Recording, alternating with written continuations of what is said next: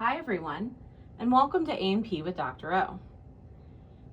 In this video, we are going to take a look at the larynx and some of the structures associated with the larynx. This is our larynx model. We can go ahead and see some of the cartilages associated with the larynx. This top one, it's very large, is the thyroid cartilage. Here we can see the left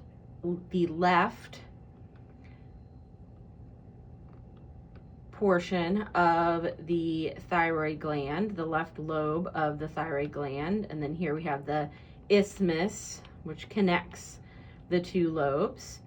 Therefore, this is the thyroid cartilage.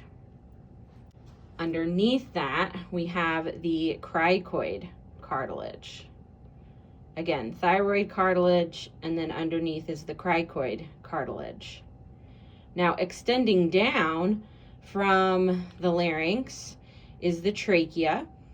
We can see the tracheal rings, the C-shaped rings of tracheal cartilage is right there. We can also see the hyoid bone. And then we can see this flap here, the epiglottis. So when we swallow, this flap is going to close. Whoops. It's going to close over the glottis. And that is going to help prevent food and other materials from going down into the trachea and making their way to the lungs.